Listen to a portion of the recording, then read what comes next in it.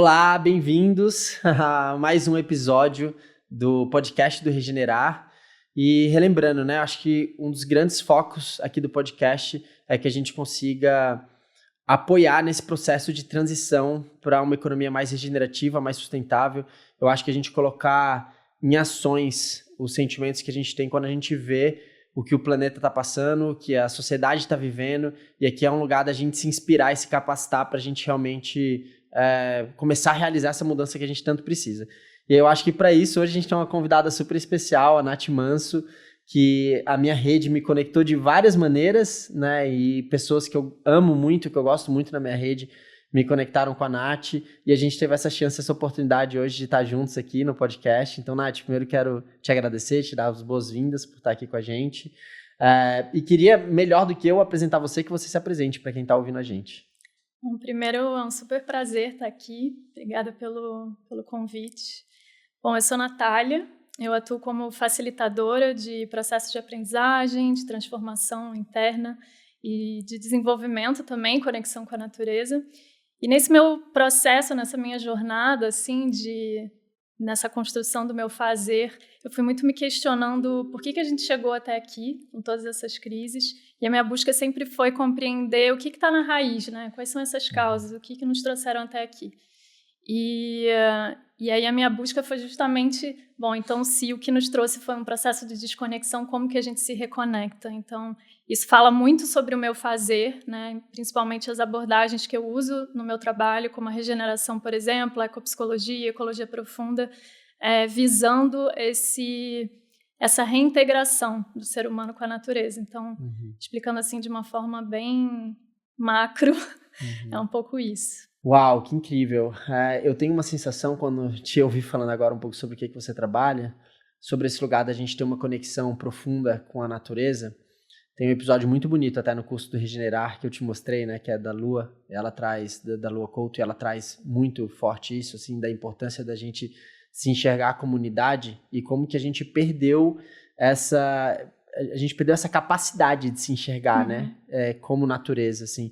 Ela trouxe até um dado curioso, assim, que tem algumas comunidades, tem algumas etnias, tem alguns povos originários que eles nem têm a palavra natureza, né? Exato. Porque é uma palavra que, como assim eu defino algo não faz que sentido. não faz nem sentido, porque eu sou isso, assim, né? Então, não tem uma palavra para separar o que eu sou e o que a natureza é, né? E aí pensando assim, né? Hoje, na hora do almoço, eu pensei num filme, pensando na nossa conversa, que com tudo que está acontecendo, né, com as enchentes no Rio Grande do Sul, com todas as queimadas que estão acontecendo, e agora a gente está nesse momento com o pior ar, né, em São Paulo, o pior ar do mundo, né, a gente está com mais de 60% do nosso país coberto por fumaça. Então, com tudo isso que a gente está vivenciando de maneira muito profunda aqui no Brasil, eu me lembrei de um filme com Keanu Reeves, que é O Dia que a Terra Parou, um filme antigo, de 2008, mas que eu lembro que eu adorei assistir esse filme, assim, quando eu era mais jovem. E, basicamente, o plot, assim, do filme, a ideia, desculpa o spoiler aqui, 2008, quem não assistiu também já não vai mais assistir, não tem problema, já passou. Que a lógica do filme era um alienígena que vem para a Terra, como se ele fosse enviado por uma comissão galáctica, não sei se no filme eles explicam isso, assim, né, mas por forças superiores que olham para a saúde dos planetas, e ele manda esse alienígena para vir limpar a Terra, para vir novos seres para cá, porque o ser humano está destruindo, não está sendo grato pelo presente que quer ter o planeta Terra tão único, né, dentro de tantos sistemas solares, né, a gente tem um planeta exatamente com essas condições que a gente tem, e ele vem para acabar com tudo. E nesse processo ele acaba conhecendo naturalmente toda a história do filme, ele conhece alguns seres humanos que estão nessa luta por tentar, né, melhorar a condição do planeta.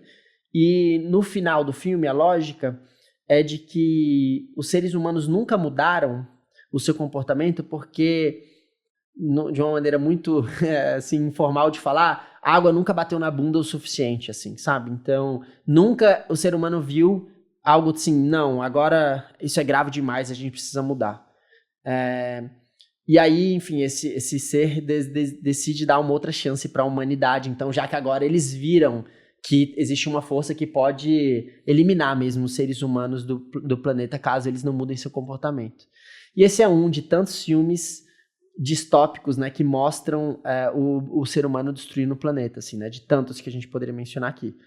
Mas uma coisa que eu queria te ouvir, assim, pegar a sua opinião, que, cara, a água já tá batendo na bunda, né, e olha lá, a gente já tá quase se afogando, assim, né, então, quantos sinais a mais a gente precisa para que a gente, de fato, olhe e fale assim, ó, cara, galera, acabou. Se a gente não mudar radicalmente o nosso comportamento a partir de agora, a gente vai sofrer muito. E as nossas crianças vão sofrer muito com o que está acontecendo, né? A qualidade de vida, expectativa de vida das nossas crianças.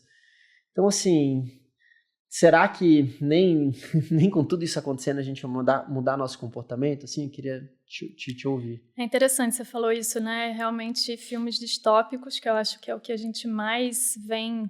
Tudo isso vem... nosso imaginário coletivo vem sendo nutrido por cenários distópicos, né? Então, isso também é muito interessante a gente perceber, né, ao longo dos anos, como isso foi sendo construído e como a gente está acostumado muito mais com essa narrativa, né, do que a possibilidade da mudança, da transformação. Então, assim, como assim, né? Tipo, a gente tem que eliminar uma espécie que faz parte da natureza. Então, assim, já começa por aí, né? Como se a gente fosse... Né? Tem muita gente que diz, seres humanos são um câncer do planeta. Não faz sentido isso, né? Porque a gente é a natureza, a gente faz parte disso. Então, sim, estamos talvez vivendo... Talvez não, né? Eu acredito que a gente está vivendo um processo de desconexão. Na verdade, esse cenário atual advém de um processo de desconexão profundo, contínuo, né? Que já tem aí muito tempo. E uma cegueira generalizada também, né? Assim, um processo realmente de afastamento da nossa essência, né? Do que a gente é, da natureza que somos. E eu lembrei de uma frase de um monge tibetano que já faleceu. Ele, na verdade, desculpa, ele é vietnamita, o Thich Nhat Hanh, que perguntaram para ele uma vez, o que a gente precisa fazer para salvar a Terra? Ele falou que a gente mais precisa fazer é ouvir dentro de nós os sons da terra chorando. E eu acho que é isso que a gente não está conseguindo fazer, né? A gente se desconectou a tal ponto que a gente está sendo incapaz de ouvir os sinais. Porque a terra está gritando já há muito tempo, né? Todos os organismos vivos estão aí nos dando sinais. E a terra se comunica com a gente o tempo inteiro, através de diversos sinais, e a gente não está escutando. A gente está simplesmente... É como se a gente, além de tivesse cego, né, nessa cegueira generalizada, a gente tivesse também com todos os sentidos amortecidos, porque a gente não está... A gente está tanto no automatismo que a gente não está sentindo. E eu acho que quando a gente fala de crise climática, a gente está tão no racional, lidando com isso de uma forma como se fosse um problema a ser resolvido. É uma questão cognitiva, né? A gente está vendo isso de uma forma tão linear, como se fosse cartesiano, uma ciência. Total, né? Como se a gente se desconecta disso. Então, assim, a crise climática é um problema que a gente tem que resolver. Não é um problema que a gente tem que resolver, ela é um sintoma. Ela é um sintoma de uma desconexão profunda, que tem raízes profundas, que fala sobre quem somos, sobre como a gente se vê nessa terra, sabe? Então, isso é só assim, tá ali na pontinha do iceberg. E aí, como a gente lida dessa maneira, como a gente tem lidado também com o que é a natureza, né? O meu ambiente está lá fora. Então, eu sou ser humano, eu sou superior a todo o resto da teia da vida, eu não faço parte disso aqui. O meio ambiente é algo que é externo a mim. E aí a crise climática é mais uma coisa que eu, como ser humano, preciso resolver, né? Então, se a gente for ver historicamente, óbvio que isso tem um processo, um caminho. Por que a gente se desconectou? Por que a gente chegou até aqui? Quais as raízes disso, da gente se enxergar como uma espécie superior às demais, desconectada das demais, como se a natureza fosse simplesmente um conjunto de elementos ali que a gente pode usar da maneira que a gente quiser, né, que estão a serviço do ser humano, né? Então, não é à toa que a gente tem os recursos naturais, né? Então... E a gente se diferencia não só entre as outras espécies, mas dentro da nossa própria espécie, né? Porque as raízes do que você está falando, elas originam não só como sintomas crises climáticas, mas os abismos de desigualdade que a gente vive. Tá tudo então junto. também do branco se considerando superior ao preto, né? Superior ao indígena, superior a... Então, dentro da própria espécie, existe esse Exato. mesmo processo mental, né? E aí eu vejo que, assim, para mim, eu enxergo a crise climática como uma grande crise de relacionamento. Né? Então, dessa relação ser humano-natureza, relação ser humano com ele mesmo, né? Relação ser humano uns com os outros. Porque, óbvio, quando a gente se separa, se desconecta, aí é entre aspas, porque a gente nunca se separa, a gente não está separado da natureza, a gente é a natureza. Só que a gente se esqueceu disso. E a gente começou a agir no mundo a partir desse lugar de desconexão, dessa crença ilusória de separação.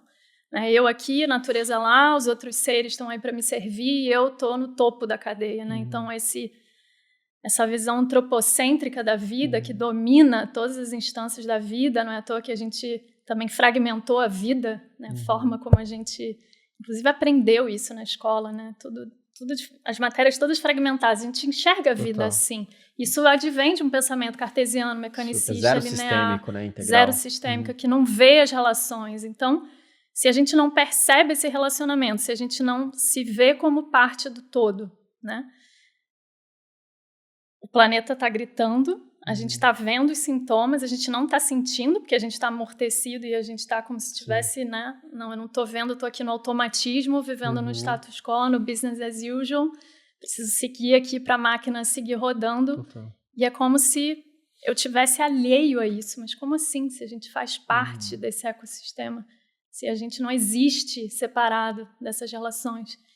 E aí é muito doido, assim, porque aí a gente pode trazer várias lentes para isso daqui, né? Inclusive olhando assim para a história do planeta, a gente vê é surreal esse comportamento disfuncional que a gente está tendo. A sensação que eu tenho é como se a gente tivesse, várias vezes me vem isso assim, eu sou uma pessoa que em momentos, principalmente quando eu tô assim olhando para minha espiritualidade ou quando eu tô olhando de uma maneira mais profunda para o meu sentir, é como se eu visualizo cenas, assim, eu fico pensando, né, como que eu transmito o que eu tô sentindo se fosse uma cena, vamos dizer assim, né, e para mim uma analogia que me vem muito forte, assim, é como se a gente tivesse, a sensação que eu tenho é como se a gente estivesse no sofá de uma sala, olhando para uma TV, entorpecidos, assim, por algum entretenimento gratuito, muito idiota, assim, que eu acho que na analogia para mim é essa busca por esse dito sucesso, pela busca pela matéria,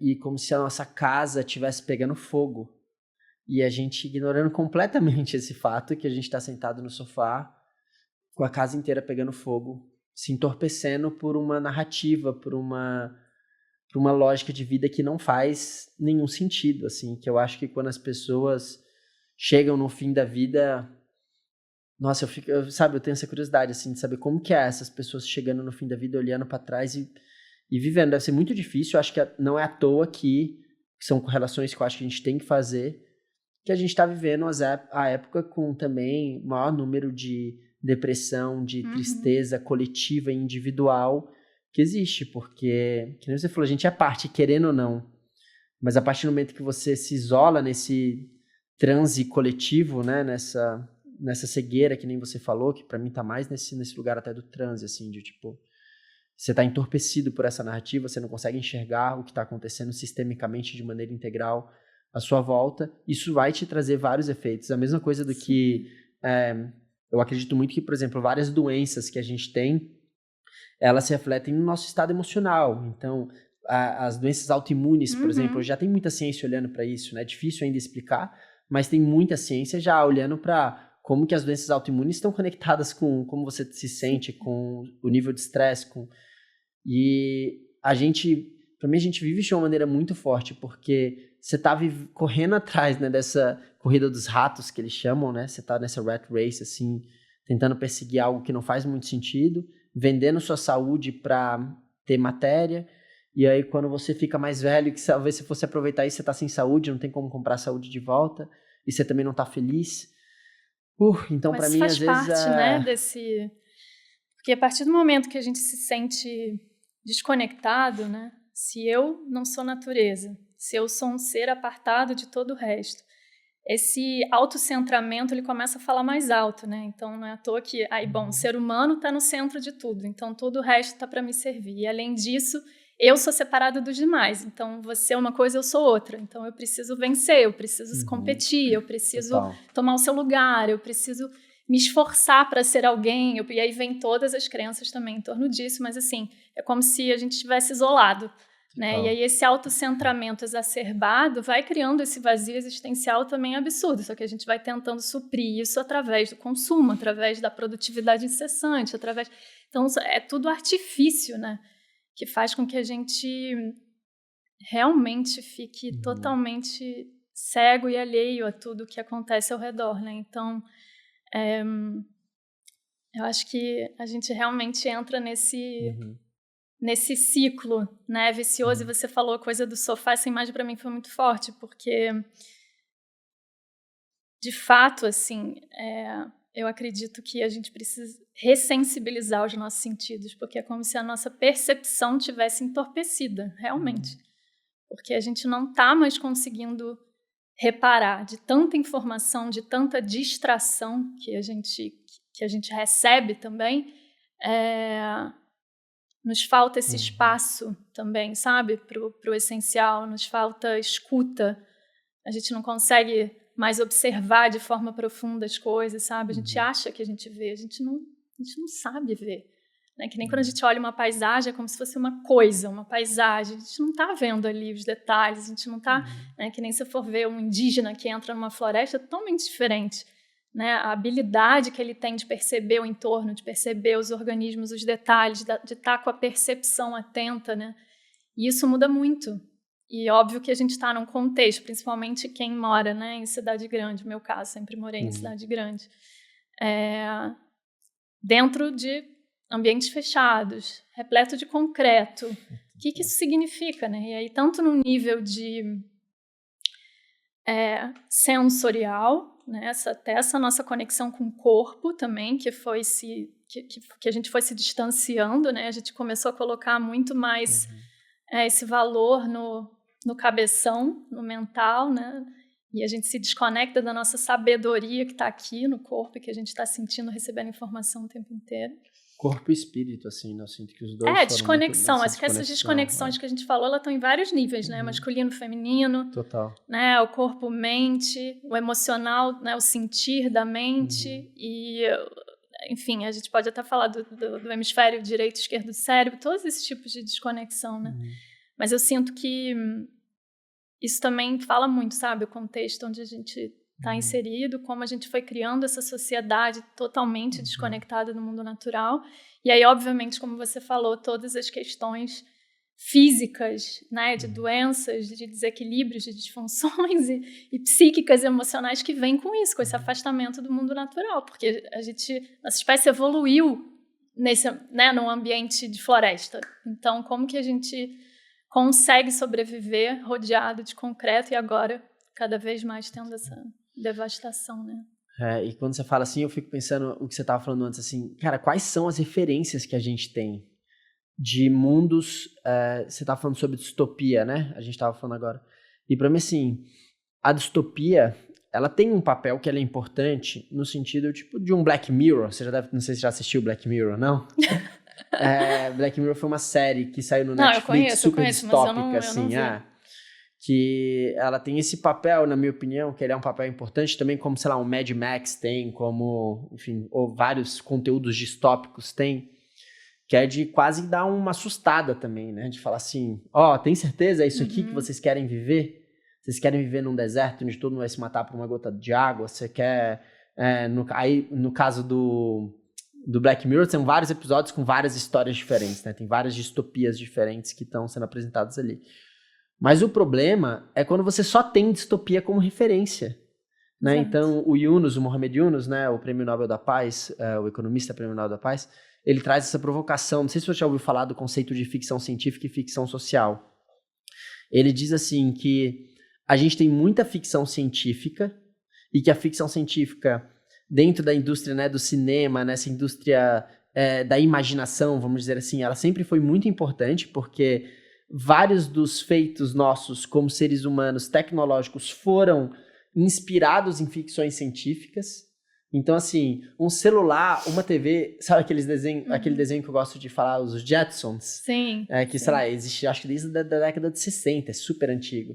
E, cara, desde a década de 60, tinha um robô que limpava a sua casa, o que hoje é uma realidade. E a gente achava uma viagem. Você achava uma viagem? Não, imagina, minha avó, sabe, minha avó olhando para aquilo ali e falando assim, irmão, esquece, isso é uma completa ficção nunca alcançável, sabe? Você falava pela TV com uma pessoa, numa época que não tinha internet ainda, não tinha TV colorida, né? Então olha que loucura isso. E hoje, puta, se eu pegar meu celular agora, eu ligo e eu falo com um amigo que tá no Japão, né? Assim, por um aparelho desse tamanho. Então a ficção científica da imaginação, porque tudo nasce aqui, tudo nasce na nossa mente, tudo, essa cadeira, essa calça que eu tô usando, esse sapato, tudo aqui nasceu primeiro na cabeça de alguém. O problema é que como a gente não tem ficção social, que é essa provocação que o Yunus fala, a gente nem imagina primeiro para poder construir muito, porque a gente não tem esse hábito, a gente não tem essas referências no cinema, nos livros, e eu sempre faço essa provocação. Nunca ninguém conseguiu me responder em palestra, em que for, que assim, me fala um filme mainstream, assim, um filme conhecido, que ele seja olhando para um futuro utópico, não distópico.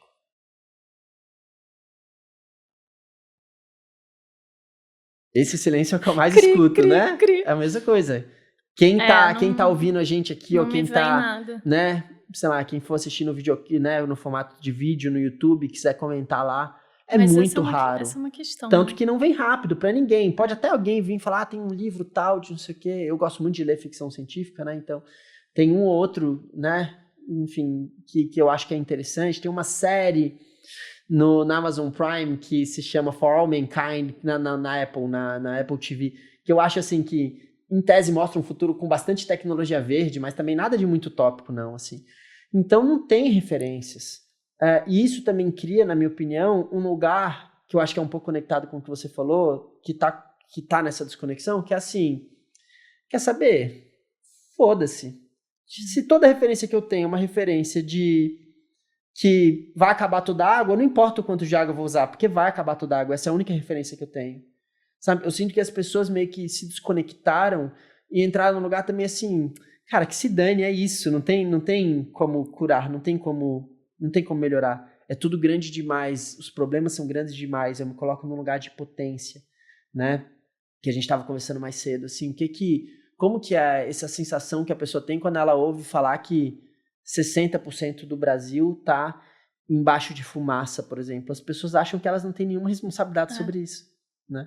Eu acho que para mim que é aí que tá uma problemática. A gente não se enxerga como indivíduos, como responsáveis. A gente bota a culpa no sistema, exato. A culpa é do sistema, a culpa é do governo, algum bilionário tem que inventar uma tecnologia que resolva, mas a culpa nunca tá em mim, sendo que tudo é formado por indivíduos. E eu acho que é aí que mora muito da raiz do problema que a gente vive. A gente não se autorresponsabiliza por tudo que está acontecendo. Total. E eu acho que isso também muito por a gente estar lidando com tudo, como a gente comentou aqui, de uma forma muito racional, né? Porque eu acho que também tem esse medo, acho que o medo de sentir o que isso significa, acho que ele é tão grande que isso faz também com que a gente se desconecte, se afaste, né? O medo de sentir a própria dor, o medo de se sentir impotente, o medo de sentir um desespero tão grande por algo que é tão grande que eu não vou conseguir lidar, né? O medo dessa angústia, talvez até o medo de lidar com a possibilidade da própria morte no sentido coletivo, né? Da finitude da espécie humana. Isso é tão grande, eu acho que a gente não costuma acessar isso, né? Assim, no dia a dia. Então, eu acho que o medo de acessar essas emoções, eu acho que isso também gera apatia, anestesiamento, desconexão, né? Porque a gente vai se distanciando, né? E você falou, então sempre vai ter alguém para resolver, isso não é problema meu, né? E eu acho que isso tem a ver com o que você falou da construção de futuros, de imaginários coletivos que vislumbrem outras possibilidades. Mas eu acho que isso também, para mim, fala sobre esse não sentir nosso, sabe? Porque, para mim, isso é uma parte primordial desse processo, assim, de de transição, de regeneração, de reconexão, é a gente voltar a sentir. Porque se a gente faz parte, se a gente volta a sentir, como assim a gente não vai participar desse processo, né? Eu acho que isso está dentro de que eu acho que é uma jornada da regeneração, para a gente se ver novamente como participante da vida, né? A gente não está aqui, eu estou aqui a passeio nesse cenário que é a natureza, vim extrair, usei e agora, né? Então, fora que não é só sobre a gente, né? A gente também tem uma mania de achar que, então a gente precisa preservar, sei lá, as florestas, porque senão a espécie humana não vai... Não é só sobre a gente, né? Cara, se a gente olha para a evolução da vida na Terra, cara, olha isso, sabe? Bilhões de anos de inovação, de evolução, de vida que está aí em processo de diversidade, né, e de criatividade abundante aí para a vida se sustentar, se manter.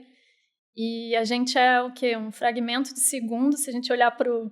Sabe, você já viu? Se a gente olhar na temporalidade de um ano, né, para esses 4,8 bilhões de anos, a gente está ali nos últimos segundinhos, né?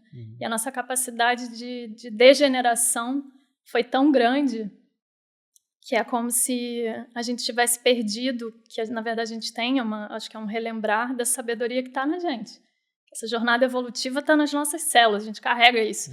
Então, eu acho que é uma cegueira, mas que a gente tem como resgatar isso, para mim, muito a partir do sentir. E eu acho que esse lugar do imaginário coletivo também é muito importante, assim, que é como a gente cultiva, nutre e estimula outras possibilidades de futuro. E esse eu acho que é o maior desafio, porque é isso, a gente está tão acostumado a vislumbrar o pior, está tão acostumado a consumir distopias, que às vezes a gente nem consegue imaginar como seria se fosse diferente. Tem até o trabalho de uma inglesa, ela se chama Phoebe Tickell, e ela tem um trabalho baseado no ativismo imaginativo. E ela até se baseia muito no trabalho da Joanna Macy, né, do trabalho que reconecta. Tem algumas práticas que ela usa muito esse lugar de ampliação do senso de identidade para a gente ver através de outras perspectivas dos seres não humanos, justamente para a gente poder nutrir essa capacidade de imaginar, sabe, outros cenários. E como isso é importante hoje em dia, principalmente agora, né, nesse estado de crise, de colapso que a gente está, a gente realmente precisa imaginar outras possibilidades, porque senão a gente vai seguir o mesmo caminho que a gente tem trilhado até aqui, né? Eu tenho muito uma sensação assim que, falando até das minhas próprias incoerências, né, porque todos nós vivemos com todos incoerências, né? Conforme você vai expandindo a consciência, e quando eu olho para o Vitor do passado, né, e eu olho para o Vitor de hoje, para mim, assim, cara, parece um outro ser quase, né, de tantas coisas que já foram sendo transformadas pelo um processo de expansão de consciência. A partir do momento que você passa, sabe? Então, por exemplo, quando eu descobri o impacto da indústria têxtil, por exemplo, né, então, nossa, eu não tinha noção, por exemplo, porque às vezes você só consome, se você está num lugar desconectado, porque antes a gente tinha uma conexão muito próxima entre o que a gente consumia e quem produzia, como era produzido, né? Então, se você precisava comer uma galinha, um frango ali, né? Você tinha que... Sua avó, alguém pegava ali, né? Cortava a galinha, preparava. Você sabia quem era o cara da venda que vendia a galinha, você escolhia, você usava tudo dela para... Você conhecia as coisas. Hoje, o que você consome, você não sabe como foi feito, por quem foi feito, né? Então, você não sabe se aquilo veio... Talvez você vai saber por causa de uma etiqueta, mas você não sabe quem fez na China, quem fez em Bangladesh, quem fez... Como que isso chegou até você. Então, acho que hoje existe essa desconexão, e conforme eu fui entendendo mais as coisas, por exemplo, tem uma... E não é mexer, não, é porque eu uso mesmo. Então, assim, tem uma... Inclusive, pode ser um mexer, né? Se quiser virar... A gente não tem patrocinadores no podcast em general, pode ser uma ideia. Mas, brincadeiras à parte, por exemplo, tem uma marca de roupa que eu uso muito masculina, que é sediada em São Paulo, tem algumas unidades, chama Oriba. Que eles têm um programa, por exemplo, que com parceria com a Unicef, eles também... A maior parte das camisetas deles são feitas com algodão orgânico, etc. Mas eu só fui ter esse hábito de consumo quando minha consciência se expandiu em relação a isso. Mas mesmo assim, eu ainda vejo incoerências, e é isso que eu queria te escutar, que é, por exemplo, cara, eu defendo muito as pessoas não comerem carne, por exemplo, porque se você tem uma dieta predominantemente baseada em proteína animal, a gente simplesmente não tem espaço no planeta para produzir a quantidade de alimentos necessário para alimentar esses animais que vão nos alimentar. Então, é uma questão matemática simples, científica mesmo. Mas mesmo assim, ainda parar de comer carne, para mim, é um processo. E aí eu, por exemplo, eu vou indo e vou diminuindo. Eu diminuí já muito comparado com o que eu comia antes. O que eu sinto é que a maior parte das pessoas também não está disposta, e talvez justamente por esse lugar que você trouxe do sentir mais profundo, porque elas não querem abandonar os seus confortos, né? A zona de conforto ela é muito grande.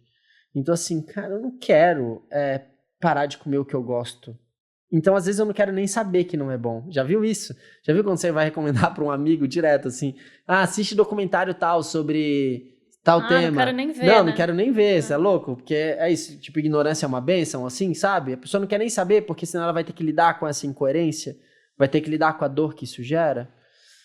Então, assim, para mim, eu queria te ver, assim, aonde você sente, eu sei que faz trabalhos muito focados para indivíduos também, aonde você sente que tá a principal mudança de chave, assim, o principal gatilho, pela sua experiência, assim, o que nos processos das pessoas que você conhece ou conversa, você vê, essa pessoa teve o gatilho nesse momento, assim, quando ela teve, não sei, uma consciência mais espiritual, quando ela teve uma experiência mais conjunta com a natureza, o que é necessário para que a gente pare de só falar, e esse lugar do greenwashing, esse lugar de só ir para eventos e falar de sustentabilidade, falar de regeneração, e na prática a gente implementar isso dentro das nossas empresas, dentro da nossa casa, enfim.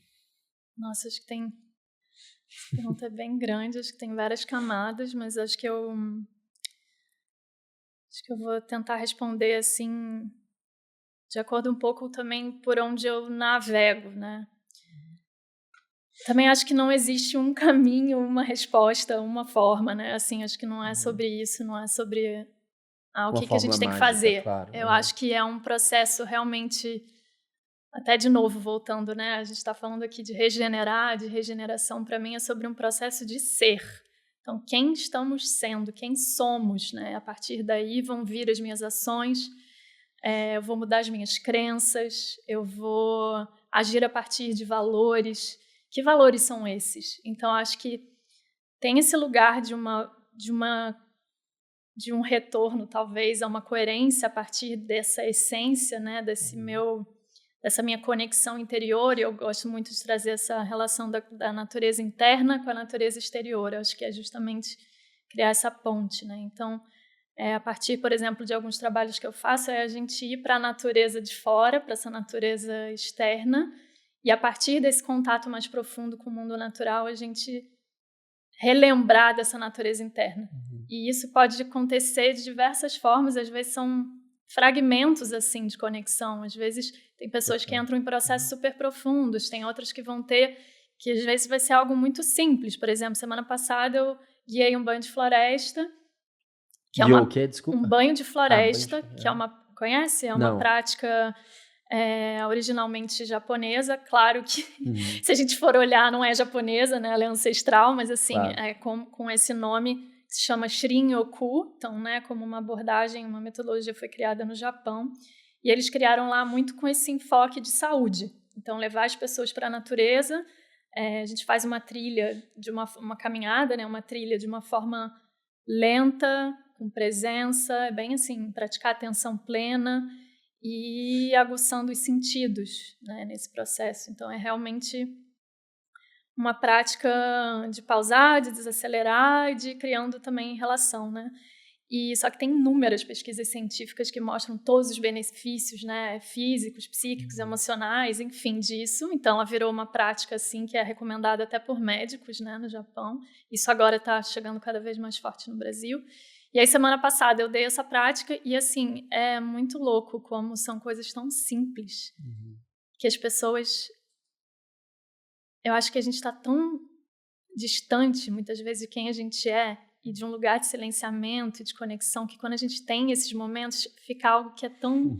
como se fosse um momento precioso, assim, sabe? Que não deixa de ser espiritual. que não deixa de ser um lugar que eu, inclusive, acredito que eu acredito que é o seu espírito. Eu também, só que tem vezes que quando a gente fala isso, a pessoa se desconecta, mas eu super acredito que é um processo espiritual.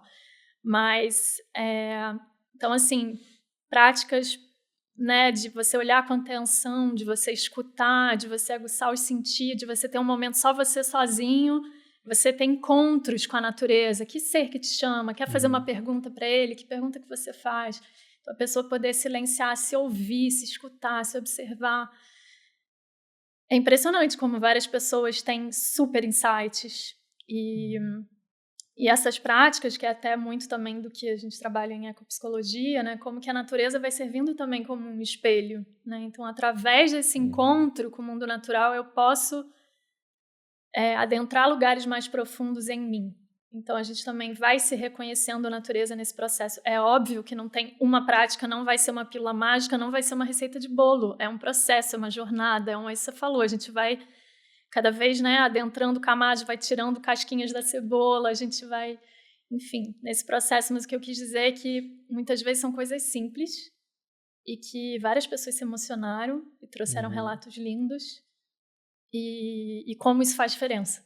Várias pessoas falam, nossa, eu tô tão estressada, tão ansiosa, com burnout, não sei o quê. Chego aqui, o fato de eu poder respirar, me conectar com a natureza e me sentir conectada, me sentir em paz, o valor que isso tem. E a gente perde isso no dia a dia, no automatismo. Sim. Então, eu não acho nem só que a gente perde, a gente coloca isso numa caixa. A gente esquece. Não, e a gente banaliza, a gente coloca isso como se isso fosse uma coisa hippie, sabe? Área boa, abraçador de árvore. E talvez assim, alguém que esteja ouvindo isso se compactue com essa sensação, assim, né? A gente é tão criado para produzir e dinheiro, e carro, e shopping, e né, concreto.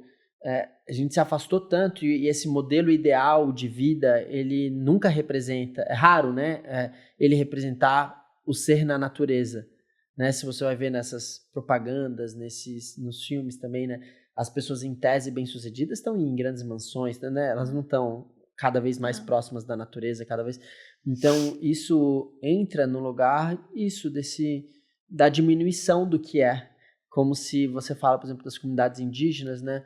A Lua Couto, ela traz isso dentro do episódio dela no Regenerar. Ela diz assim, que a gente, como sociedade, olhar para uma pessoa que enxerga a montanha como um parente seu, né? Que entende que existe uma relação verdadeiramente de interdependência, de conexão entre eu e aquele ser, entender aquilo como ser, que é algo altamente profundo e espiritual e natural, eu diria, foi tão desvirtuado que colocam isso num lugar de infantilização, né? É uma metáfora. É uma metáfora, é uma infantilização, são uns índios aí, sabe, como se fosse um povo com intelecto menos desenvolvido e por isso eles pensam essas coisas. Então, para mim, aí também tá a questão. Por isso que eu acho que a chave tá no relacionamento, sabe? No reestabelecer relações, porque é aquilo, se a gente se vê, toda aquela historinha, né? Agora a gente tá homem-máquina, né? Porque todo esse processo que a gente falou, né? Desse pensamento, desse modelo mental cartesiano, mecanicista, linear, fragmentador, né? Que exclui, que extrai, que domina, que coloniza. Tudo isso que a gente vê hoje é produto disso, né? Então, seres humanos que agem como máquinas e que acham que conseguem sobreviver num planeta morto, né? Então, assim, acho que a gente ter cortado, óbvio, ilusoriamente, essas relações, né? Então, agora eu não me relaciono mais com esses outros seres, porque eu sou superior, eu não me relaciono mais com os outros seres da teia da vida, mas eu faço parte disso, eu dependo profundamente de todos os outros seres que habitam aqui o planeta, né? A gente, realmente, até a nossa capacidade de sobrevivência mesmo, ela tá numa linha, assim, muito tênue do próprio planeta, né? Como um organismo vivo, e a gente precisa dessas relações, e a gente sempre viveu a partir de um lugar de reciprocidade, né? Em relacionamento. E quando a gente perde isso, aí é que todos esses outros problemas também vêm à tona, né? Então, acho que é esse resgate mesmo dessas relações mais profundas. a gente não enxerga, mas num ponto de vista integral, assim, né? E, de novo, até científico para quem precisa da ciência, porque tem hora que você não precisa de ciência para as coisas, tem hora que é só sentir que você já sabe, né?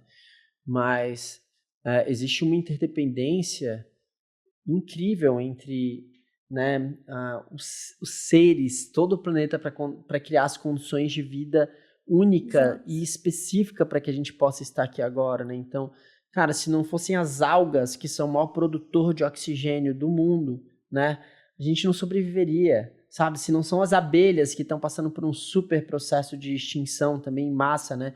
A gente pode ver uma crise enorme, porque sem as abelhas, que são os maiores polinizadores do mundo, a gente não sobrevive, sabe? Então, até no Black Mirror tem um episódio onde se criam abelhas artificiais para fazer o trabalho das abelhas que a gente está matando. E você pega, tem um dado que a gente traz no curso do Regenerar, que para quem quiser pesquisar depois pode olhar, lá tem a fonte também certinho, mas é que fala que a gente nos últimos 70 anos perdeu 70% dos vertebrados do planeta. Olha que loucura isso, cara. Muito triste. Tem um documentário do David Attenborough, que quando eu, sabe, super conhecido, assim, que quando eu assisti esse documentário, eu lembro que mexeu tanto comigo, porque eu falei, cara, não é possível. Eu não lembro exatamente o nome do documentário, mas é algo na linha, assim, de por toda a minha vida, alguma coisa assim, mas é um documentário que ele faz considerando o que mudou no planeta desde o dia que ele nasceu. Não é a vida na Terra. É um que ele faz, assim, My Lifetime, eu acho que esse é o nome em inglês, assim. Acho que eu vi esse. Que a lógica dele é assim, olha, como eu vi o planeta mudar desde que eu nasci, e ele, é um ambientalista desde muito novo, né? Ele foi o primeiro ser humano a documentar, por exemplo, cenas da savana africana, né? Assim, numa época que nem TV tinha direito, o cara, né? Então, assim, ele contando, assim, num período de vida que ele tem, que vai dar, 90 anos, acho que o David Attenborough deve estar com uns 90 e poucos anos, quando ele gravou o documentário, eu acho que ele estava, tipo, com 80 e tantos, e ele já mostra o que mudou no planeta em 80 anos, que não é o que você falou, essa velocidade do que a gente está alterando, e o que, para quem sente, para mim é mais difícil, porque eu realmente acho que o planeta vai ficar bem, no sentido, assim, de que ele vai, se você for olhar numa perspectiva temporal, em milhões de anos, ou em milhares de anos, cara, se a gente destruir aqui, ele vai passar, o planeta vai vir novos, né, enfim, novos seres, vão vir. O problema é que a gente não está só prejudicando a nossa espécie, que é o que você falou, né, cara? A gente está matando diversas outras espécies que não tem nada a ver com isso, não tem como se defender e não são causadoras também disso tudo que está acontecendo, né? Exatamente. Então, para mim, isso que é um lugar também, se você se sentisse como a natureza, sabe? Nossa, eu acho que a gente estaria... Se você sentisse mesmo, assim, sabe? Eu acho que a gente estaria num lugar de muita dor, né? Imagina, queimando, alagando e seres morrendo. Mas eu acho que a gente precisa passar por isso, assim, no sentido de que a gente precisa acessar esse lugar, sabe?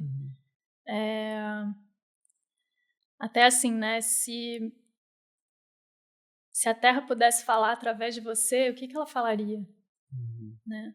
Ou o que um outro ser, se pudesse falar através de você, o que ele falaria? Se você pudesse trazer voz para outros seres, o que eles falariam, né? Isso até a gente faz algumas práticas assim no trabalho que Reconecta, por exemplo, que por mais que seja, para alguns pode ser um processo imaginativo e, né, a gente talvez tenha que acessar a imaginação nesse lugar, mas é algo que traz um pouco da a gente amplia um pouco mais a perspectiva, sabe? Para a gente poder também olhar o contexto e o cenário a partir de outras lentes que não só a humana. Então, a gente realmente nos tirar da centralidade, sabe? Eu acho que a gente está muito viciado nessa centralidade humana, assim. Inclusive, a gente ouve muito, a gente ainda está muito também no modelo mental humanista, né? Então, isso até eu acho que é o que diferencia um pouco do regenerativo também, né? Que a gente não é só sobre o humano, a gente tira o humano do centro, a gente coloca a vida no centro, essa perspectiva biocêntrica, ecocêntrica. E eu acho que a gente realmente precisa acessar esse lugar de dor também, sabe? Não como um lugar forçado, não é isso. Vou aqui sofrer, não é isso. É natural a gente sentir dor. O que é disfuncional é a gente não sentir. O anestesiamento é que é disfuncional, porque olha onde nos trouxe, né? Então, se a gente estivesse permitindo sentir, coração aberto, como a gente não vai sentir dor se a gente faz parte disso, se todos os outros seres, né, como os indígenas enxergam, são parentes? Como é que a gente vai poluir um rio? Como é que a gente vai acabar com os oceanos, matar baleias? Não tem cabimento. Então, se a gente se permite sentir, eu acho que a gente... E óbvio que é doloroso, né? Se a gente está realmente abrindo esse espaço, né? E que eu acho que é importante para acessar a dor, mas num lugar que a dor me conecta com esse meu senso de interconexão. A dor me mostra que eu sinto amor, a dor me mostra que eu me importo. Então a gente também ressignifica esse lugar da dor, e eu acredito super que é uma abertura de espaço para uma mobilização também maior. O que eu faço com isso, sabe? Isso também gera energia, porque se eu estou bloqueando a dor, eu bloqueio também a alegria, eu bloqueio outros sentimentos. É o mesmo, Claro. como se fosse o mesmo canal, né? Então, eu acredito que nesse processo de transição e nesse processo de regeneração que a gente está buscando, planetário, primeiro que a gente precisa de uma regeneração humana, de uma regeneração interior. E segundo que eu acho que a gente precisa passar por esse lugar de decompor o que não serve mais, de deixar aí o que não serve mais, de jogar todos esses modelos mentais, entre muitas aspas, né? De jogar fora, de decompor isso e entrar em contato com essas dores também, com as incoerências, sabe? A gente olhar para si, caraca, qual é o meu papel, sabe? Como que eu também, de formas inconscientes, ou mesmo que eu não queira, não importa, mas assim, como que eu também compactuo com as coisas que eu tô querendo mudar, né? Porque muitas vezes a gente está querendo mudar as coisas e nós mesmos estamos, às vezes, inconscientemente fortalecendo aquilo que a gente não quer, né? Sim. Eu acho que tem uma questão interessante, assim, que é a gente também tentar ter um olhar sistêmico, que eu acho que essa é uma das dificuldades, assim, de também, olha que, não sei se você vai concordar, mas até da gente acolher esses modelos mentais que nos trouxeram até aqui, porque eles ocuparam um papel, assim. Então, quando você vai estudar e vai ler sobre, por exemplo, cara, o papel que o capitalismo trouxe, por exemplo, para a erradicação da miséria em muitos lugares no mundo, como a própria China, como, enfim, em muitos lugares, inclusive no Brasil, o papel que um modelo, enfim, não quero ficar usando capitalista como palavra, mas um modelo de uma economia como ela, com algumas lógicas funcionais que ela tem, e como que isso, por exemplo, melhorou muito a qualidade de vida comparado com, por exemplo, quem vivia em 1700, quem vivia na época medieval, onde você tinha uma expectativa de vida, assim, de 30 e tantos anos, 40 e tantos anos. Se você pegasse uma doença, você morria. Então, existia um papel desse modelo mental para construir onde a gente está hoje. Mas que a gente tem que olhar de maneira sistêmica e madura e entender que esse modelo mental já não serve mais nesse momento. Ele... Ou pelo menos assim, ele nunca serviu no sentido de... É diferente o modelo mental com o sistema, né? Como assim? Eu acho que uma coisa é assim, que você está falando do sistema capitalista, né? E eu acho que o modelo mental que deu origem ao sistema capitalista, no sentido dessa visão fragmentadora, cartesiana, que advém de uma ciência que enxerga a vida de uma forma compartimentada para compreender a realidade, eu acho que isso é importante, né? Ele serve até um certo ponto, né? A gente precisa de alguma forma integrar, mas eu acho que aí sistema capitalista, eu acho que a gente já entra num outro caminho, que aí a gente fala para quem, é bom para quem. Aí eu acho que talvez é outra... Não, inclusive assim, um dos módulos que a gente tem é o capitalismo consciente, né? Um dos módulos, o capitalismo consciente é um dos nossos... Regenerar é feito pela Facens e pelo capitalismo consciente. E eu tava lendo um livro agora do Raj, que é o Raj Sisodia, que é, assim, eu já era fã dele por toda a produção, ele é um dos fundadores do capitalismo consciente, e ele escreveu um livro lindíssimo que eu recomendo, assim, para você e para qualquer pessoa que esteja ouvindo. Hoje é o livro que eu mais recomendo que alguém leia, assim, de uma literatura até grande que eu tenho dentro desse universo, que se chama Despertar. É um livro muito bonito, porque ele já escreveu vários outros, tipo empresas que curam, empresas humanizadas, negócios conscientes, né? Então, assim, capitalismo consciente, desculpa. Então, ele já criou vários livros muito, assim, das empresas, sobre o papel de um líder. E, claro, que ele também alcançava aspectos de autoconhecimento e espiritualidade de maneira mais superficial nesses livros. E o Despertar é um livro que ele escreve profundamente sobre isso, a importância de que, primeiro... Você precisa curar dentro, você precisa olhar para dentro para realmente ter uma cura fora, assim, sabe? E ele traz essa provocação de que quando eles inventaram o nome capitalismo consciente foi para ser desconfortável mesmo, como se fosse uma dualidade, como assim capitalismo e como assim consciente, né? Ele diz que ele entende quando as pessoas ouvem e acham isso desconfortável.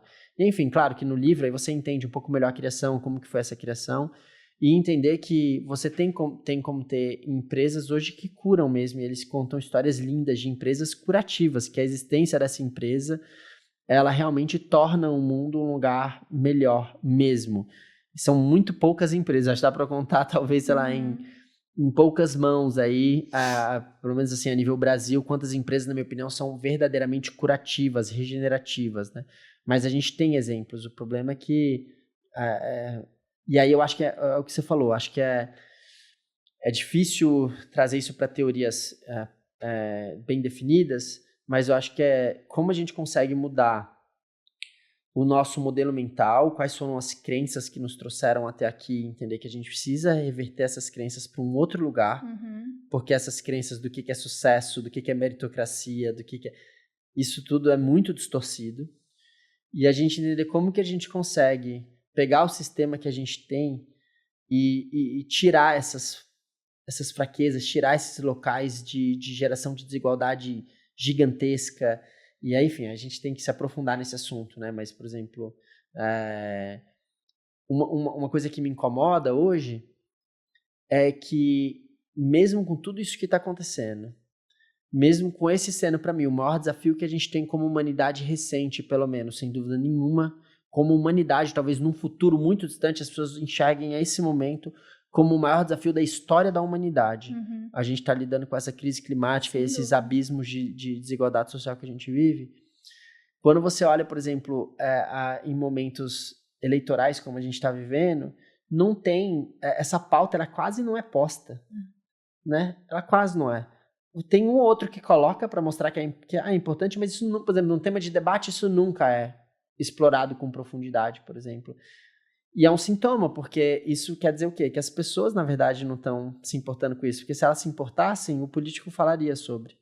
Né? Se o voto fosse para quem... Por exemplo, hoje é a maior pauta que eu olho.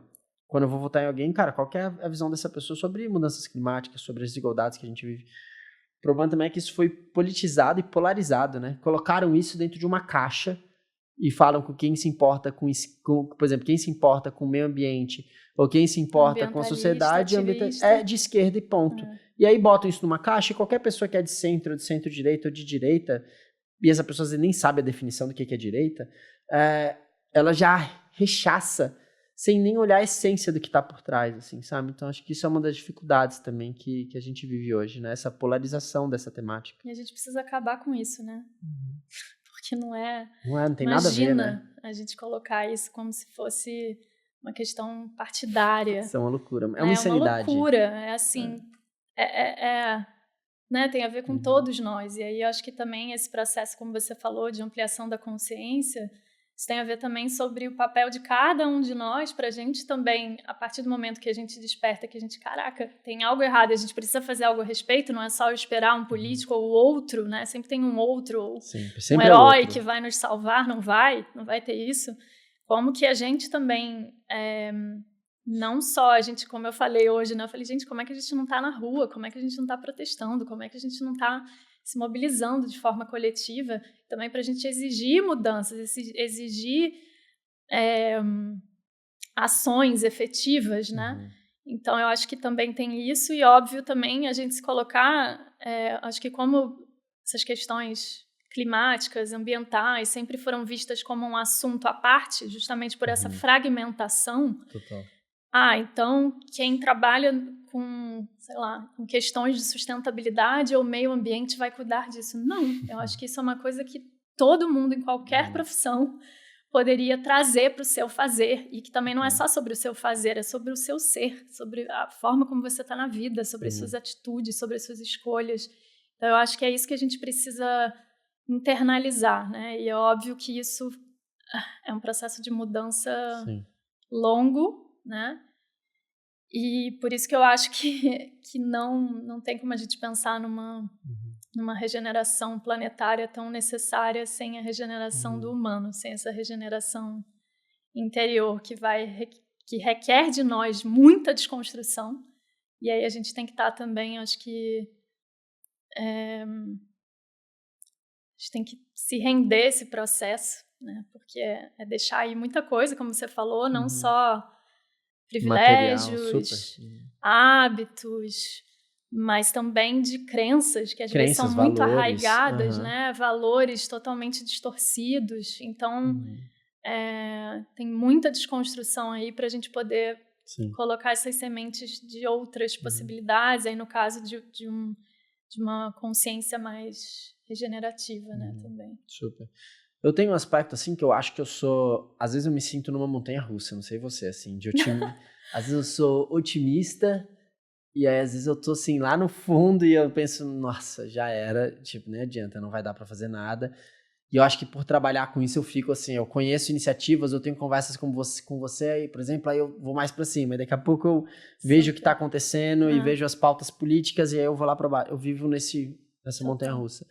Mas eu tenho a sensação, assim, quando eu paro pra olhar mais friamente, eu acho que a gente tá evoluindo como seres humanos, assim, sabe? Se você olha o que a gente já viveu no passado, de absurdos, entre aspas, não mais tolerados, entre aspas, né? Eu acho que sempre a gente tem que estar sempre continuando lutando contra, mas você pega, por exemplo, uma escravidão que foi pelo tempo que foi. Hoje a escravidão ainda existe? Existe, se você for olhar, né? E os sintomas dela estão por todos os lados. Mas o que foi uma época, isso não existe mais, né? É impossível a gente imaginar algo parecido hoje. Ou um nazismo, que é uma coisa que mexe comigo, assim, muito profundamente, assim, sabe? Meu Deus, como que é que faz... Foi ontem, né? O nazismo foi, meu Deus, ontem, 1940. Né? Meus avós, minha avó que tá viva nasceu na década de 40. Olha que loucura, é muito perto, né? Tudo isso que a gente tá vendo. Então, eu acho que a gente tá num processo de evolução como ser humano. A dúvida que eu tenho mesmo é, será que vai dar tempo principalmente quando a gente fala a nível climático, que é uma questão, né, das barreiras, onde se você às vezes ultrapassar certas barreiras não tem mais volta, sabe? Eu acho que essa é uma pergunta, a gente explora bastante essa pergunta até no curso do Regenerar, que é, beleza, talvez a gente esteja evoluindo. O Frederic Laloux, que é no primeiro episódio do Regenerar, eu comento um pouco sobre, um cara que inspirou bastante o nascimento do Regenerar, né, com um programa que ele fez, chamado The Week. E ele, nesse programa, ele comenta que tem uma hora que acontece processos, assim, com certeza tem alguma teoria que já deram nome, mas eu não vou saber, eu não lembro. Que é basicamente assim, como se você estivesse numa gangorra, onde, assim, hoje tem mais pessoas que não enxergam sustentabilidade e regeneração como algo profundo e relevante, ou que não estão olhando para uma regeneração interna, para a espiritualidade, para entender esse senso de unidade. Então tem mais pessoas que não enxergam isso como importante na base da gangorra, como se fosse um pensamento predominante. Mas que conforme uma vai indo para lá, status quo, conforme uma vai para o outro lado, a outra também vai para o outro lado da gangorra, etc. Tem uma hora que esse peso daqui, às vezes do dia para a noite, né? Exponencial. Ele é exponencial, exatamente. Ele vira e mais pessoas vêm para esse lado daqui, né? Cada vez mais. Então, talvez assim, o próprio nascimento do podcast do Regenerar, se eu fosse criar um podcast sobre... Se a gente fosse criar um podcast sobre regeneração há 20 anos atrás, talvez nem fizesse sentido para as pessoas. Como assim, né? Há 30 anos atrás. Então, eu acho que isso é uma das formas que a gente está lutando para que mais pessoas venham para esse lado de cada gangorra, sabe? E assim, pensando em todo esse seu trabalho de conexão com a natureza, para quem está ouvindo a gente, por exemplo, sem ser receita de bolo, mas qual é o convite que você faz, por exemplo, para que essas pessoas isso eu vejo com muita frequência, sempre que a gente está em momentos onde a gente tem falas como essa, e às vezes tem pessoas que estão escutando, às vezes é que você falou, na minha opinião, o espírito da pessoa vibra, porque faz sentido o que a gente está falando, sabe? Mas às vezes vibra, e se essa pessoa voltar para a rotina dela, fazendo a mesma coisa que ela faz, isso se perde muito rápido.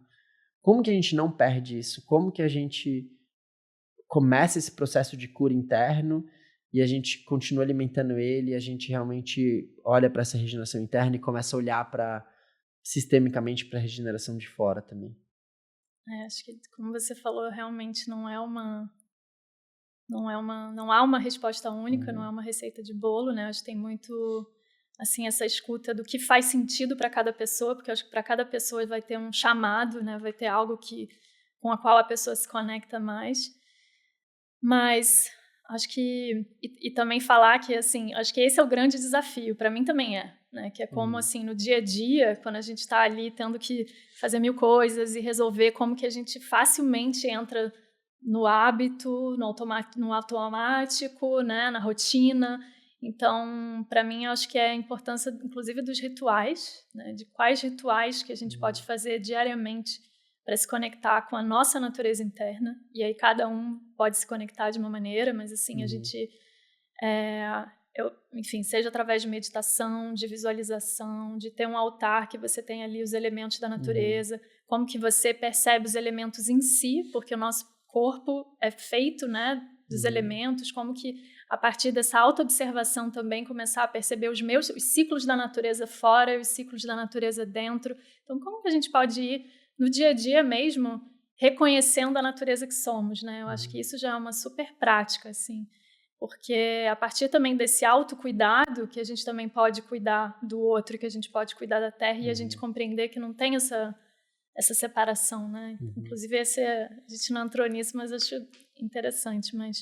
E é óbvio que eu gosto muito de estar com a natureza, e eu acho que estar com faz muita diferença. Não só estar já é muito bom, estar na natureza já é muito bom, já faz bem, né, para a saúde, já relaxa, já acalma, já regenera o seu sistema nervoso, você se autorregula, né, ali facilmente. Então. Mas acho que estar com tem essa outra qualidade, assim, que vem através de uma intencionalidade, sabe? Então, por exemplo, como eu falei, no banho de floresta, vai fazer uma trilha, tem essa possibilidade, eu nem preciso, assim, trilha é o mundo ideal, né? Você poder ter a natureza à sua volta e você poder fazer esses passeios que sejam para se conectar de uma forma um pouquinho mais silenciosa, atenta. Tem umas práticas que... Tem o sit spot, que é uma prática que você escolhe um lugar para sentar, você escolhe... E você pode, inclusive, se for um lugar, por exemplo, perto da sua casa, você pode ir ali sempre, com recorrência, e praticar esse lugar da observação atenta, profunda, da escuta, de estar ali em silêncio. Você pode escolher uma árvore, que você pode sentar ali todo dia em frente da mesma árvore, né? E praticar esse encontro, né? E ver o que acontece nesse processo, né? Porque muita coisa vem. Pode ser que um dia você fique ali só em silêncio, só observando, só meditando. Pode ser que algum dia você queira fazer uma pergunta, né, e desabafar ali, isso também, né, vem coisas nesse processo, assim, de criar relacionamento. Eu sei que eu estou falando de coisas que são um pouquinho mais profundas, mais sensíveis, sutis, mas acho que é um processo. E para quem não tem essa oportunidade, eu acho que ter esse contato pode ser até com uma planta, né, e como que a gente estabelece essa relação, né, com uma planta mesmo dentro de casa. Mas eu acho que a gente reconhecer a natureza dentro já é um super caminho, assim, porque é isso, né? Não preciso só estar na natureza, eu sou a natureza. E aí, a partir desse lugar, como que eu me cuido, me regenero, me reconecto, e a partir desse lugar também eu vou fazendo... Meu estar no mundo muda, né? A partir dessa... Muito bom. Até para mim, assim, eu sinto que isso foi muito conectado com a minha espiritualidade. Aí, quando eu digo espiritualidade, não é religião, né? Sim. Eu, por exemplo, não tenho uma religião definida, assim, mas de mim, esse meu senso de me entender em lugar de mais unidade está muito conectado com a meditação, que para mim é uma atividade também espiritualizada. De novo, né? Aí cada um pode ter sua definição do que é espiritualizado, que eu tô falando da minha, no caso.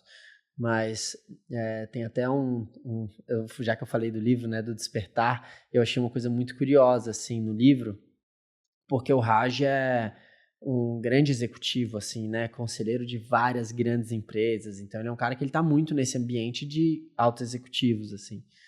E no livro, é um livro muito vulnerável, muito bonito, onde ele abre muito sobre a vida dele, sobre os traumas que ele viveu no sistema de castas indiano, e enfim, ele se aprofunda muito, né, nesses traumas familiares, tudo que ele passou. Mas ele mostra, por exemplo, que um processo de cura que foi muito importante na vida dele, pessoalmente e profissionalmente, que ele passou, foi através, por exemplo, da ayahuasca. Eu achei isso super legal, porque quando que num ambiente corporativo seria aceitável, normal se falar de ayahuasca, por exemplo, né, que também é colocado em caixa, né?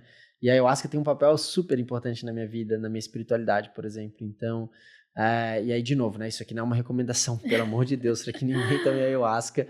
no sentido de, eu acho que isso tem que ser feito num lugar muito cuidadoso, muito sério. Acho que tem muita coisa não legal sendo feita também, então não quero recomendar, isso não é uma recomendação.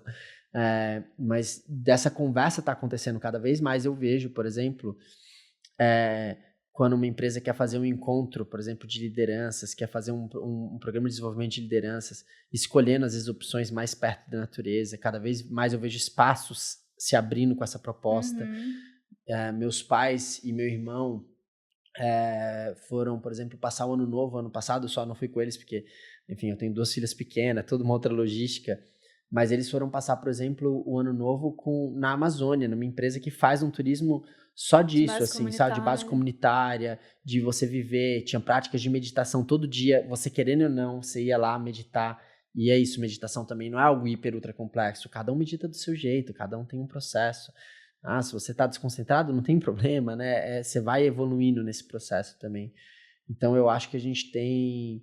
Essa conversa tem acontecido mais, né? Esse espaço de se conectar com a natureza tem acontecido mais e de se conectar com o nosso interno, né? Então, acho que isso já é um caminho importante, assim, pra gente...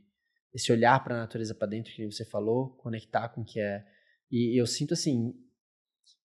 Você sempre vai ter referências perto, que se você prestar atenção, já viu quando você brinca assim, você quer comprar um carro específico, assim, você começa a ver esse carro em todo lugar na rua? É um pouco disso, assim, sabe? Se você tá olhando para esses detalhes, para a natureza, eu fui comprar as plantas do Regenerar, por exemplo, aqui do estúdio, e eu comecei a ver essas plantas em vários locais, reparar nas plantas dos locais, porque eu tava com isso atento, né? Então, acho que esse convite também de você estar mais atento para isso. Que né? a gente não repara, né? A gente não repara mesmo. A gente não repara. E aí quando... Até às vezes eu fico bem irritada quando eu vejo que cortaram alguma árvore perto da minha casa. Eu falo assim, gente, por quê, né? Ficam rapando árvore como se fosse sei lá o quê. Mas eu concordo, que bom, né? Que estão tendo cada vez mais espaço, assim, para essas práticas e imersões na natureza, né? E eu acho que também, como eu falei antes, a gente mudar esse olhar para a natureza, né? Não é um conjunto de árvores, não é uma paisagem, não é um lugar para onde eu vou, né? Um ecossistema vivo que tem ali inúmeras relações e processos e fluxos e ciclos acontecendo, assim como na vida, no planeta. Então, acho que é como a gente também pratica esse olhar, isso que você falou, da observação. Por isso parece coisa boba, mas não é. Porque é isso também que vai trazendo essa percepção da gente compreender a nossa interconexão, a nossa interdependência. Porque se a gente se desconecta, agora a gente mal está tendo definição das estações do ano. Então, assim, se a gente se desconecta disso, dos ciclos naturais, né, dos quais a gente também tem ciclos acontecendo em nós mesmos, isso é uma outra forma também da gente se reconectar, né? Então, assim, por exemplo, né, a gente está sempre nesse lugar do fazer, da produção, da produtividade, né? Eu tenho que estar sempre resultado, não para, e aceleração. Isso virou uma normal, né, hoje em dia, para a gente, principalmente na cidade grande, assim. E você já viu algum ser vivo na natureza que produz sem parar? Isso não existe. Não existe. Então, assim, até a gente olhar para esses processos, então, como é que seria eu poder implementar na minha vida, né, momentos de produção, de criação, de criatividade e um momento de pausa, de descanso, de reflexão, né? Então, a contração e a expansão. Como que a gente traz isso, que são processos naturais, fluxos naturais da natureza, e que a gente também precisa disso, não é à toa que a gente fica doente. Então, como que a gente também começa a internalizar isso e praticar isso, seja na minha vida individual, seja numa empresa, por exemplo. Total. Quais são os rituais que a gente pode fazer para isso, né? E para trazer intencionalidade disso também. Total. Né? As estações do ano. Então, no inverno é o momento de olhar para dentro, o momento de estar ali na caverna, né? O momento que a gente gasta menos energia, o momento de ressignificar, de refletir sobre o que eu fiz, como foi esse último ciclo, né? Então, no verão, né, já é um momento mais de produção, de eu estou ali no meu ápice. Então, como que a gente... E é um desafio, não estou falando que é fácil, não, mas acho que são convites, né? Então. Convites. Nath, muito obrigado. Conversa profunda, incrível aqui por mim. A gente pode continuar por mais horas falando sobre. Eu queria te pedir para compartilhar, assim, quem se sentiu aqui, né, mexido pelo que você trouxe, seja dentro de empresas ou pessoas, você tem, assim, mídias sociais que você quer compartilhar para a gente colocar, onde as pessoas podem entrar em contato com você para conversar mais, conhecer mais sobre o seu trabalho. Queria que você falasse para a gente. Quem quiser pode super entrar em contato comigo, eu tenho um perfil no Instagram, que é Nath Manso, ainda estou fazendo nesse processo de site, ainda não tenho um site, mas eu promovo tanto essas imersões, experiências, né, que podem ser desde experiências de um dia até imersões de 3 dias na natureza, por exemplo, com propostas distintas para a pessoa física, mas eu faço trabalho também com equipes, por exemplo, desenvolvimento relacional, interior, então trazendo também essa abordagem regenerativa, de trabalhar autoconsciência, então isso também está dentro desse trabalho de facilitação que eu também faço. Perfeito, muito obrigado. E também, para quem quiser conhecer mais sobre o Regenerar, né, a gente pode botar no link também da descrição, vou botar acho que as suas mídias sociais também no link, e também a gente colocar ali o curso Regenerar. De novo, né, a gente tem um foco também para levar isso para dentro das universidades corporativas de empresas, mas também uma pessoa física que ouviu e se sentiu chamada e quer conhecer mais sobre o curso.